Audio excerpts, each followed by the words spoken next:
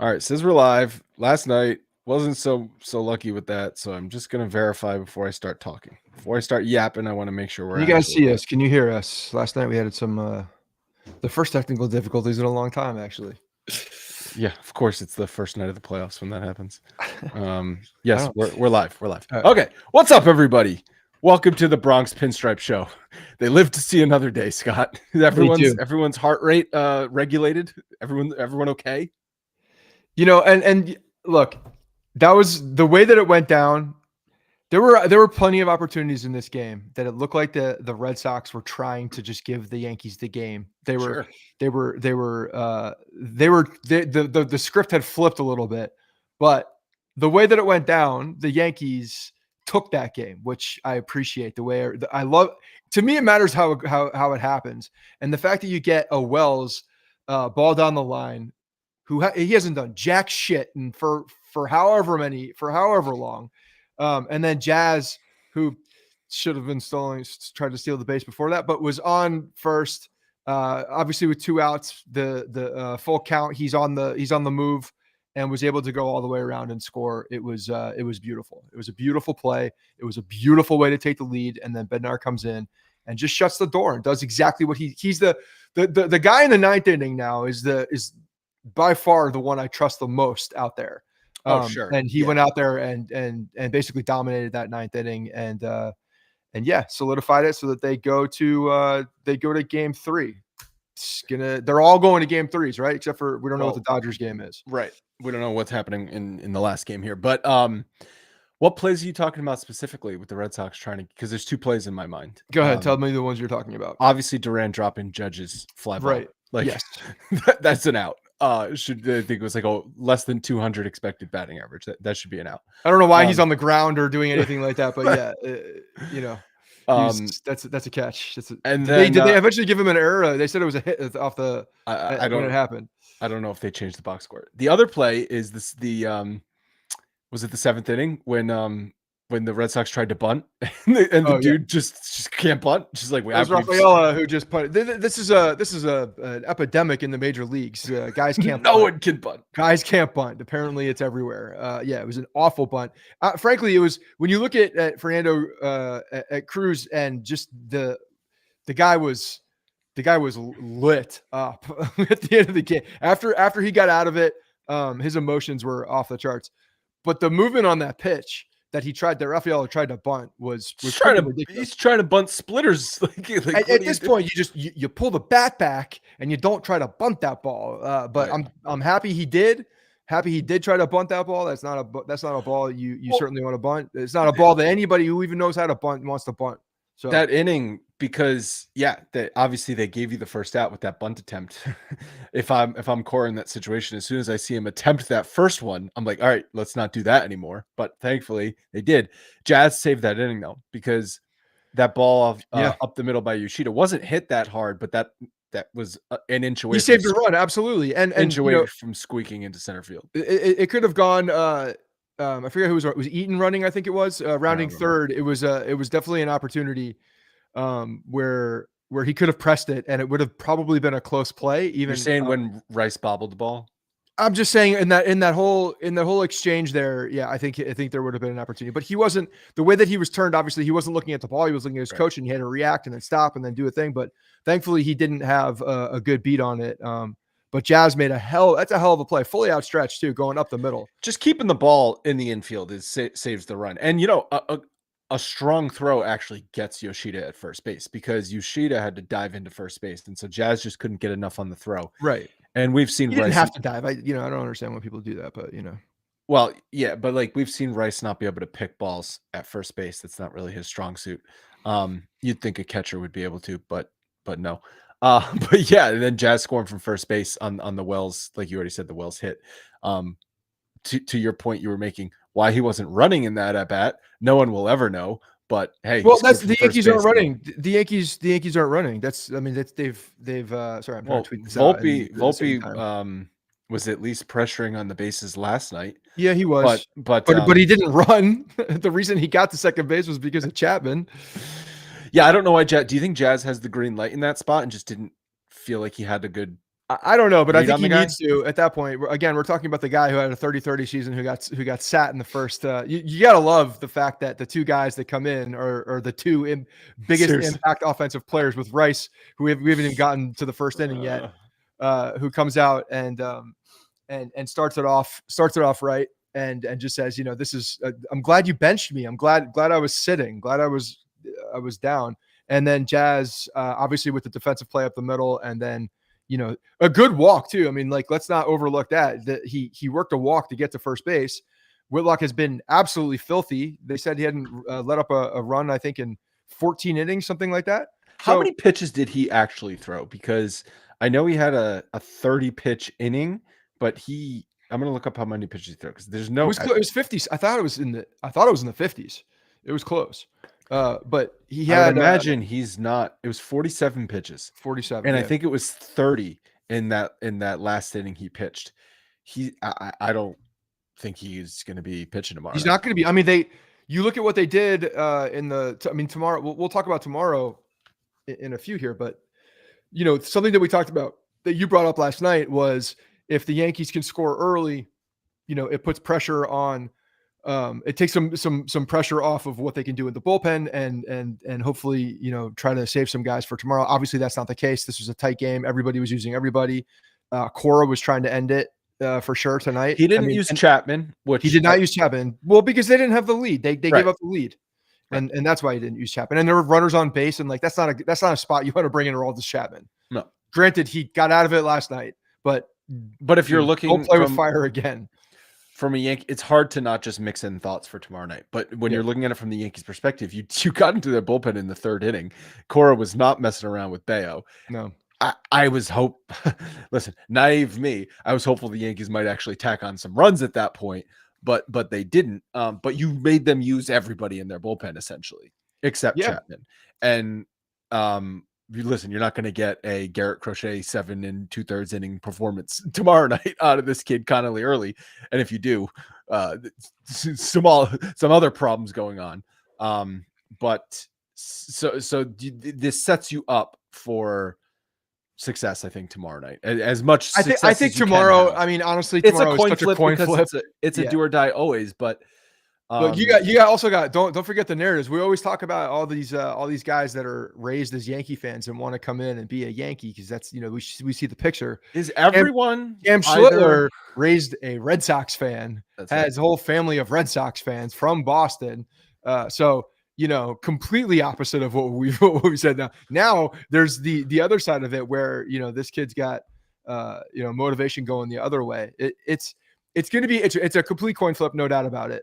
When you're looking and you have no idea what you're going to get. I disagree. I don't think it's a coin flip. The Yankees are home, and the Yankees have I'm talking about as far as like what to expect from the two pitchers that are going to start the game. It's a coin flip. I have no idea what's going to happen.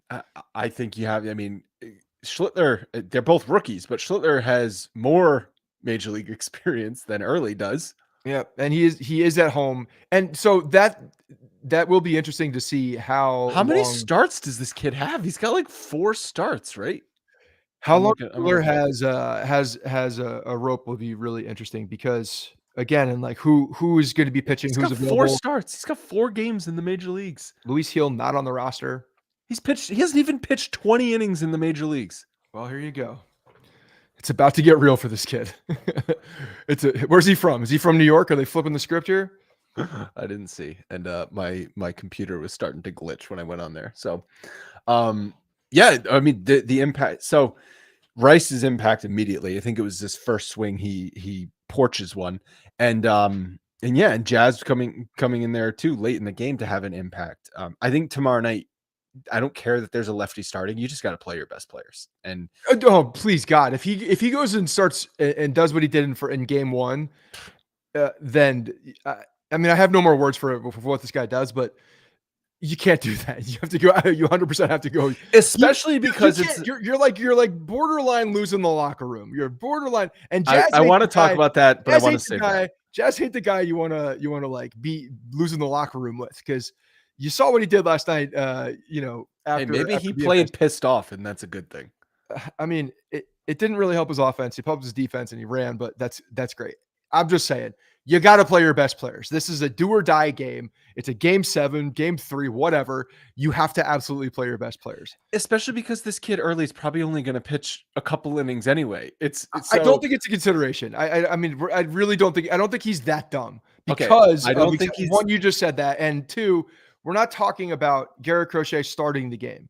Now, Garrett Crochet might come into the game at some point, but we're not talking about him starting the game. And I think that is the whole premise of why he was doing it, because the nerds get in the way when they do this. This is a really bad nerd game coming up because you don't know what to expect and who's going to be on the mound.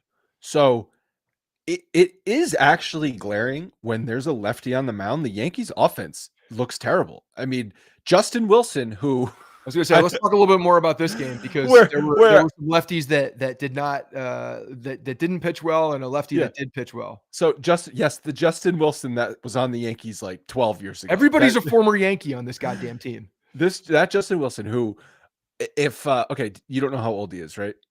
Justin Wilson, I can guess. Okay, over under. He was acquired in the Manny Banuelos trade, if I remember correctly, from the Atlanta Detroit. Braves. No, I thought it was. Oh yeah, you're right. He went there. There was no, he was the Pirates. It was he came from the Pirates for Francisco Cervelli. I think that's whatever right. It was. Is he over or under 39.5? 39. I think he's just under it. Yeah, he's 38. So yeah, but he tipped it with the 39.5. If you told me he was 44, I'd be like, yeah, that lines up. Yeah, he's been. And he came in, and then Steven Matz came in, and as soon as those lefties were on the mound, not even good lefties. Okay, we're not talking about Garrett Crochet. We're talking about Justin Wilson and Steven Matz. These are as average lefties as you're going to find in Major League Baseball. And the Yankees bats went quiet. There's going to be a lefty on the mound tomorrow, but I don't think that is an excuse to, like we just said, not play your best players. Jazz has to be in there, but the thing is Rice going to be in there? Or because Goldschmidt had a decent night. You have to play Rice. You have to play Rice. But Goldschmidt did have a decent night. But again, you're not setting him up for a 5 to 6 to 7 to 8 run, 8 inning lefty that's going to be on the mound where you're going to get 2 to 3 at So do you sit Wells then and catch Rice? Or are you just saying Goldschmidt, you're on the bench? I think Goldschmidt's on the bench and he comes off the bench because you can use Goldschmidt late in the game for defense. You can use him obviously as a right-handed pinch hitter, which could certainly come in handy. I think you start with Goldschmidt on the bench. There's no one here is going to argue that Goldschmidt should be in over Wells right now. I mean, again, you're starting a kid. You're saying over Rice. Over Rice. You're starting a kid who, like you just said, doesn't have 20 major league innings. He's thrown four starts. Right. You play your best players. He's going to be shitting himself. You play your best players. And right now, I'm not to say that Goldschmidt didn't have a game 1 that was worthy of it because it was, but you know, I see him as, you want to talk about a chip off the bench, a chip for later in the season, as Aaron Boone likes to call it. I think that's what he is. I think he becomes an opportunity for a pinch hit, a veteran guy that can come and play defense. Yeah, I think there is value in having him come play defense for Rice, because I don't like Rice at first base defensively. And I think if it's a tight game late, you do pull him. I would rather Goldschmidt there. Yeah.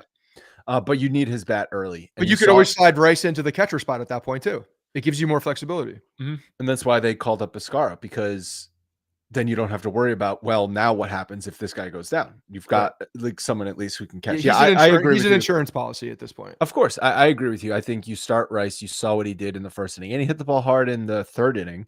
Yeah. Where potentially Judge was relaying some signals because they were doing. I think he was. He had some arm flapping going on. I think Judge is good at it. And frankly, the pitch that Rice struck out on, it was a changeup it was filthy. It was a filthy changeup that he struck out on. So I got nothing bad to say about striking out on a ball that looked like it was a Whitlock changeup that went and broke outside the zone. It was a tough pitch. I mean, nothing you could do.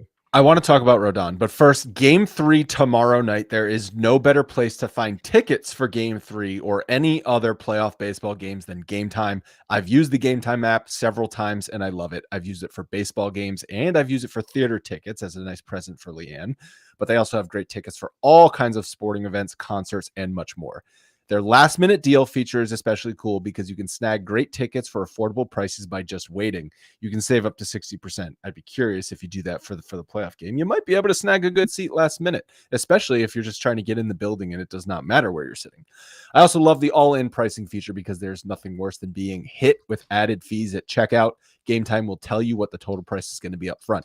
Last but not least, the lowest price guarantee means if you find tickets in the same section or row for less, Game Time's going to credit you 110% of the difference. Take the guesswork out of buying tickets with Game Time. Download the Game Time app, create an account, and use code Bronx for $20 off your first purchase. Terms apply. Again, create an account, redeem code BRONX for $20 off your first purchase. Rodon, like really, really strong in the first 2 innings. He comes out in the 3rd inning. He walks 2 guys, and there's a bunt, and he spikes the ball to first base. And it's at that moment where I'm just having all sorts of flashbacks to Boone saying, I think we're pretty fucking good at pitcher fielding practice. And I'm like, well, are you? Because I just saw you spike a ball there. And the bad thing about the play was he didn't need to rush. The guy was going to be out by a full step if he just made an average throw over there, but instead he spiked it, and Jazz had to come off the bag. And they ended up getting 2 in that inning. It could have been worse, but they ended up getting 2 in that inning. And then, but what that led to was higher and higher pitch count. And well, that wasn't his problem. That's the funny thing, because I had to miss the first 2 innings live because Kemp had baseball practice, and I'm on the coaching staff, so we sprinted home as fast as we possibly could so that we could watch the innings that we missed and then catch up. But you're looking at when I got there, he threw 91 pitches. When I got there, his pitch count. That's why I sent a text to you that I was like, this is the most efficient that Rodon's been all year, and he had given up 3 runs at that point, but the pitch count wasn't a problem. And listen, so it was the 5th inning where it was the 6th inning where Boone went out for the mound visit, right? Yes, because he came out and left him in. Yes, he left him in, and then he came out for the 7th inning, but he didn't get an out in the 7th inning. Correct. So he lost the strike zone in the 6th. He lost the strike zone and then got the double play that got him out of it. And to me, I'm like, thank God, like they kind of just bailed us out right there, because it looked like Rodon was about to spiral. But then he made some pitches and got back in it. But yeah, again, like had no feel for the strike zone, and proved that the next inning when he came out. When I was frankly surprised he came out for that inning, even though his pitch count was in a good spot. Use your eyes. Right, exactly. And he had more of a leash. He literally had more of a leash than Max Fried, which is so.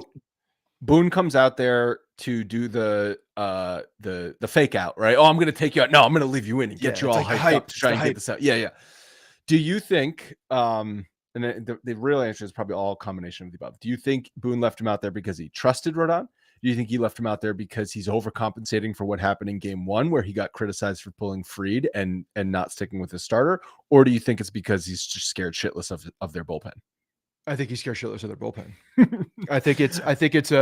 I think it's a combination of 2 and 3. I also think that he has this wild confidence in Carlos Rodon. Well, then why doesn't he have that wild confidence in Max Fried? Well, I don't, because the pitch count said 100. That's why, or close to 100. It's so asinine. It's so asinine. It's like, do the things check the box? Like, does he look good? Well, hold on. I'm gonna wait to see that one. I gotta check the box of how many pitches does he have? Okay, yeah. Rodon's pitches were actually in a good spot, so he could do it, no problem. It's like, I don't think he overcompensates for it. Craig's saying overcompensating for game 1 too, but I don't think he does that, because I don't believe he believes that. Well, that's where he is. That's I don't think he thinks that. I think he actually, to the reporters' questions after game 1, got drilled with some questions about that. And he didn't really have a clear answer. Like, he said something about where I listened to the press conference. There was nothing in there that said he didn't like own anything. He didn't say anything crazy. No, nothing crazy, but he was like, oh, we got Max on the double play. And then he was just like, definitively he was going in for 1. No, but he was like, because he got the double play, I said, let him go out there for 1 more batter. And it's just like, how does the double play, like, it just doesn't, like, the logic doesn't make any sense to me. But The script said that he was going to pitch to Durant, and that was the script, and yeah, that was what it was going to be. And if he got out of the inning, he got out of the inning, whether it was double play or he walked a guy, then got out the next. It yeah. didn't matter. If he got out of the inning, he was always going to pitch to Durant. So but with what what I was gonna say is when you kind of take what I think happens with Boone, and they turn so many of the decisions into analytical decisions where it's you're never using your feel or your gut or your perception of the game. You're always just going by what the analysts have said. You sort of lose that muscle and you lose that ability to recognize I don't need to be sending Carlos Rodon back out here for the 7th inning after he just got out of that 6th inning. Like, it's clear he was losing the strike zone. This is only setting us up for disaster. Yeah. And it's like Boone has lost whatever semblance of game feel he ever had. I don't know if he ever did have it, but Well, frankly, it could go the other way and say that, oh, he got out of that inning, was fired up because, he told me to go sit down back in the dugout because, I was going to pull him. And then he said, no, he pulled a Mike Mussina in his own head. I'm just saying in his head. And then, he got momentum for the double play. So he's fired up for the next inning. He's ready to go. Pitch counts in a good spot. Don't forget, pitch counts in a good spot. The number one, the number one rule in Aaron Boone with a starting pitcher is your pitch count. If you're in a good, if you have pitches to throw, if you're under 100 and you got an out in the last inning, you're probably coming out. Yeah. It's just such a dumb assumption that all pitches are created equal. It's like, no, some are more stressful than others. And then he comes out and proceeds to throw 8 balls in a row. Yeah. Right. And so it ended up not biting them in the end because of stupid bunting by the Red Sox and a good play by Jazz. And Cruz pitching well. I mean, he executed his pitches, pitching to the deep part of the ballpark because that ball was smoked to center field. It was smoked. Yeah, definitely. If that's to right center field, that's a grand slam. Yeah. Yeah, but it wasn't. So he barreled it up. And then, looking into then we had the Devin Williams experiment, coming back out for you said he was not fooling Bregman at all. Not even a little bit. Not even whatever the smallest percentage you could possibly get in decimals. Like Bregman was all over every single thing that he was throwing, and he fouled 2 balls down the line, line drives. You knew he was sitting on it, and they got fortunate that he just still peppered a ball down the line and was held to a single and didn't hit a ball out of the ballpark because it was right there. I mean, he had Devin Williams' number, and then Williams, to his credit, got out of it. Well, that double play, I mean, so good. That was a good play by Volpe, actually. It was a good play. That is not an easy thing to do. He was able to jump and land on the bag because if he just jumps, there's a chance he just jumps to save that throw and doesn't come down on the bag, and then everyone's safe. Or maybe you only get one out in that situation. So the fact that he was able to, he did kind of control his body a little bit in the air and come down on the bag in order to get the double play. And then he got rid of the ball really quickly too. It was a good, like, as soon as he listen, Anthony Volpe's just seems to be playing confidently and just letting his talent take over these last 2 games. And I don't understand why he can't do that between April and September. But look, we talked about this, and I said definitively, if Anthony Volpe comes out and has a very good postseason, then nobody's going to give a shit he had anymore. A good postseason last year. I know, but again, like the Yankees didn't. The way that they lost matters too. But he was kind of part of that. But he was far down the list in that. He's far down the list, but he was a footnote in the inning. But yeah, I don't know. Something about it. It's like he stops thinking and he just plays and you just see the ball, hit the ball, and catch the ball, throw the ball. He doesn't get his own damn head, and just you're right. Like the talent takes over, and he's a talented kid, just for whatever reason. Something I noticed the other day, and I never noticed this. I don't know if, and I'm looking again. I'm like, this is so weird. I was talking to Bevan about my wife because she played her whole life. If you look at his hand on the bat, he wraps his whole hand around the knob. Like usually, I know. So I remember you said this. Are you sure he doesn't use one of those bats with the super thick base of the handle? It does like contour towards the up a little bit, but it's still there. It's like his whole hand and his pinky is around the bottom of the Yeah, he knob. almost You feels just like a don't guy see that that needs very to often. choke up a little bit. It's strange. It's a weird way to grip the bat. But anyway, I hadn't noticed that before, and I don't know why I didn't notice that, but that was something that just People think like choking up is it gives you more control. It wimpy or shortens it. something. Bregman chokes up, and it just seems A like lot he of has a people really choke up. short swing. Barry Bonds choked up. Okay, say Barry what Bonds also used like a 28-ounce bat, so he say would just whip that thing around like a say toothpick. what you want about Barry Bonds, but he choked up. Um, yeah, it shortens your swing. It gives you more control. That's why I do it with my driver. It's the only way I can hit it. You Just got one of shorten the those. club. Yeah, you got one of those mini drivers. I wish I did because I would be able to hit it. Those are all the It rage won't now. go as far, but I'll hit it. Which I'm just like, isn't that just a 3-wood? Like It's different. I don't know. it's like a sweeper. They're just inventing new things. Like a mini 3-wood is a mini driver is a 3-wood. People. Yeah, if you shorten all my clubs, that would be much better. Like way shorter. I'd be way better. Going out there with some kids clubs. Just give me less area to screw up in my swing. Yeah. But yeah, man. Look, when Rodon was just give it. I mean, Rodon was trying to give it back every single time. The Yankees took a lead, Rodon give it back. Yankees take a lead, Rodon gives it back. They take the 1-run lead, Rodon gives it back. And he was trying his damnedest to keep the Red Sox in the game and force Boone to have to go to the bullpen because again, like pitch count was efficient. It's just unfortunate at the end it got away from him. Obviously, he couldn't find the plate. He completely lost the plate. Melted down after a couple things that went wrong, in classic Rodon fashion.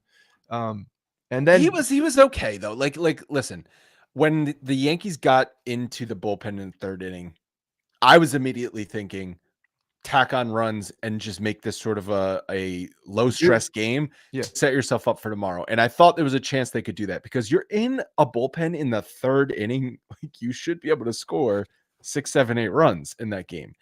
But it just seems like, and this is partially playoffs, but I think it's just partially the Red Sox play the Yankees really well and really tight.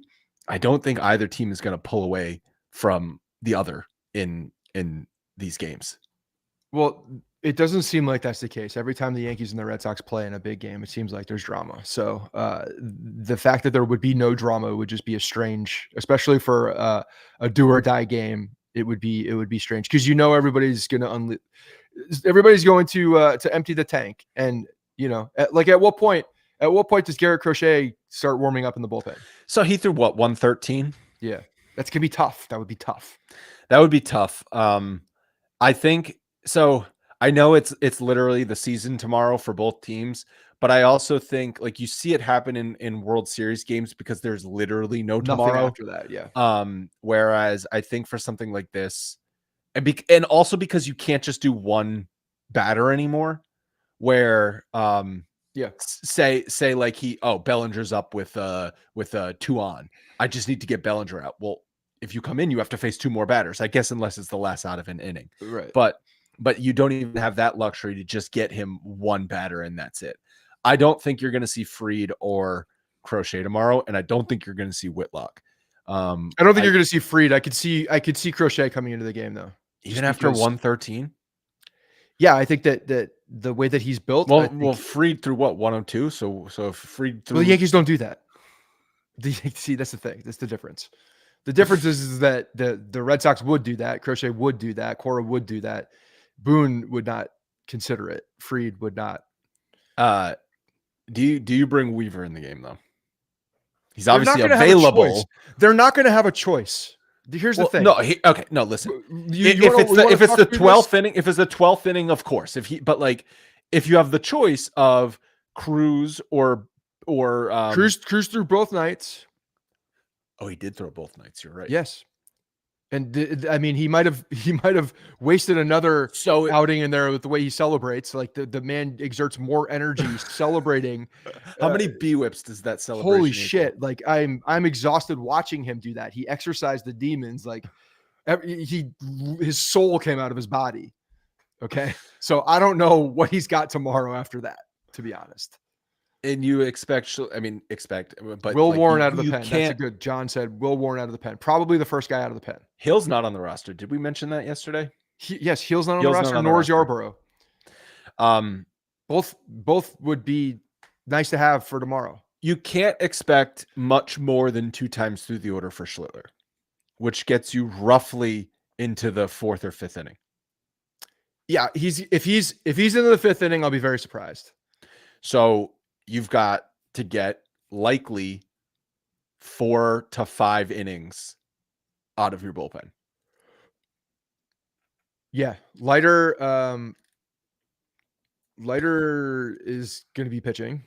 Leiter's going to be pitching. Tim Hill's going to be pitching. Tim Hill's going to be pitching. I trust Tim Hill. I can see Tim Hill going in there and throwing 2 innings. Weaver's going to be pitching, and obviously, Williams and Williams will be pitching. Williams has also pitched 2 games in a row. Yeah, double play. I could see him. I don't think he threw that many pitches. I'm going to look up how many pitches he had. But again, everybody's available, but I could see him. I could see him throwing. Why do you think? And again, Weaver's going to be available, definitely. Why do you think they didn't put Heel on the roster? It's a good question. I mean, I understand him coming out of the bullpen is scary because of the walks, but again, like this is the scenario where you need him, and that's why I don't get it. You have Blackburn on the roster. That's what. Yeah, like you're telling me that you would rather have Blackburn in a game than Luis Hill. Like that's insane. So the fact that I don't know, it's a dumb decision in my opinion because tomorrow is exactly when you want him. Obviously, the walks scare the shit out of you, but yeah, other guys walk people too. So yeah, Duvall is going to be there. I'm looking at the. What are you trying to find? What was I trying to find? How many pitches that Williams threw? Yeah, Williams threw 19 pitches. Bednar threw 16. Cruz threw 14. Mm-hmm. So I definitely think I could see even on a third day, like, Cruz threw the ball well. He did throw the ball well. 14 pitches, like I'd bring him back out 100%. Yeah, I think if you're the Red Sox, you're coming out of this game being like, well, we emptied our bullpen pretty much except Aroldis Chapman. And now what for tomorrow? It is a big, like, I don't think highly of Lucas Giolito, but at least he's a veteran pitcher. If you're from the Red Sox vantage point, whereas they're throwing a kid out there, like we said, who has 19 in the 3rd innings career. Yeah. Cruz threw 14 the night before that as well. And Devin Williams threw 11. Bednar threw 15. Tim Hill only threw 4. Tim Hill obviously is a guy. I think Bednar has to be available. Yeah, definitely. If you have a lead trying to close out a game, no matter what, you cannot pitch anyone in the. There's nobody that I'm looking at that's unavailable, to be honest. Nobody. Nobody other than Free. I mean, in my opinion, he should be available, but no, he won't be probably. So, he is pure intensity. Cruz is just absolutely like I don't know how he didn't have a heart attack or pop. How did he not pop blood vessels? Like that's I don't know. So the story came out that apparently the way that Boone delivered the news to Jazz that he was not playing in game 1 is he texted him. The great communicator. And I think that is just such unbelievable incompetence that it blew me away. Boone is like you just said. You said it sarcastically, but we were told the reason he is hired, the reason he's here is because he's a great communicator and the players like him. How can you look him straight in the eye?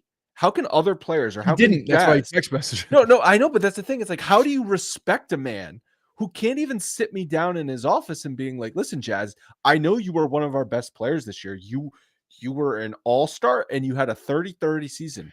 And I can't give you a legitimate reason for why I'm doing this, but so he had to send him the text message. That's like something you send to someone you're trying to break up with, who you're like, I just want to avoid any awkward conversation. In 5th grade, I came home from a vacation in Vero Beach, Florida for like 2 weeks. We used to go down there all the time. I come back. I was dating a girl 5th grade. I was 5th grade. She was my, it was weird. We were awkward. Probably 1988. But she left a message on the answering machine, breaking up with me. 5th grade. That's right. Well, you know what? A phone call would have been better than a text message for Aaron Boone. Yeah. 100%. It's egregious. It's egregious that is how he told Jazz. And so Jazz was obviously butthurt because of that interview, quote unquote, he gave after the game where he just turned his back to reporters, which I think is childish. I get why he's upset, but Jazz, he's making a point. He's making a point that the whole thing is childish. I get it. Like whatever. He's making his statement. and then I actually don't care. Did you see Boone's statement or comments about it when asked about it? He's like, well, yeah, obviously Jazz is not he said something about he's not a vanilla player or something like that, or he's not a vanilla personality, but I wouldn't have handled it that way. It's like, how about you handle it like a man, Aaron Boone, and have a conversation with him and talk to him. Jazz, you're not playing tonight, and here's the reason why. Instead of texting him like a fucking coward. Yeah, I don't know. Anyway, the point is that everybody tomorrow is available in the pitching staff, basically, and you play your best players, no doubt. And early, yes, left-handed bat or left-handed pitcher, who cares? It doesn't matter. You go out there. I think I think Goldschmidt's gonna start because I think he's gonna want to get one of the righties. Well, I guess no, Rosario will be in there for McMahon because then as soon as the lefty's out, then they'll bring in McMahon. Well, I mean, Rosario's fine defensively. He's fine. Just play the bat. But the it's not like McMahon can't hit the backside of a barn. The script says as soon as the lefty's out of the game, you bring in. McMahon's a righty though too. Doesn't matter. What? McMahon's a lefty. Or McMahon's a lefty. I'm sorry. You're right. Yeah, it's late. It's late, and it might be later. That's the thing. That's the thing with Boone. You just don't know what to expect. You don't know what to expect because the obvious choice is not. In his mind, the obvious choice. And when you're dealing with a manager who doesn't actually see what's in front of you, clear as day, then who the hell knows? And tomorrow, that's the other thing. Tomorrow is going to be a lot of managerial decisions. You're gonna get though a bit better of a lineup. Does Dominguez get in the game? Does he sniff? No. What's the point? This is what I said beforehand. I'm like, look, I love Jason Dominguez. I'm a Dominguez guy. I wanted him to play a hell of a lot more this year. But I'm sorry. What's the point of having him on the roster at this? I knew he wasn't going to use him. Yeah. Tomorrow, I guess you can use him as a pinch runner only. Exactly. He's there if two outfielders go down with injuries. You're going to get a bit of a better lineup out of the Red Sox to start too, because not a lefty. Schlittler's not a lefty. So you're going to get probably Yoshida in the starting lineup. You're going to get a bit of a more difficult lineup from them too. Yeah. By the way, what does hold on. What does Lowe? What's his first name? Nathaniel. What does Nathaniel Lowe look like to you? When you see him, what do you see? I can't take that guy seriously. I have to look. I can't take him seriously. He's wearing a turtleneck. He's got his fat gut hanging out. He's got a stupid mustache. He looks like a no. That doesn't even do it justice when you see him on the TV screen. He does have a dumb mustache. He looks like a saloon bartender or something. It's like I can't take the guy seriously. But then he thankfully hit into a double play. But he just doesn't look like he should be. The turtleneck. So it was a little crisper today than it was October 1st. A little fall in the air. But yeah, the turtleneck is unnecessary tonight. He had it on yesterday too. Yeah. All right, that's gonna wrap up tonight's episode. Thank you everyone for tuning in and for listening. I think so. Game 3, I saw something earlier. Might get shifted in time. From Super Troopers. That's kind of it. He does kind of look like a cop from Super Troopers. I can't pull over any further. I saw something earlier where I think if the Dodgers series ends tonight, the Yankees game time changes tomorrow to like 8:00, which how can they do that with the first round? I don't want to happen because like I'm old. Anyway, we'll see what happens. And we'll talk to you tomorrow night. The Reds are up 2-0. So okay, win, lose or draw. Win, lose or draw. We'll see you tomorrow night. Yeah, see you tomorrow night. It's gonna be interesting. It's gonna be mayhem. It's gonna be mayhem tomorrow night. See you guys.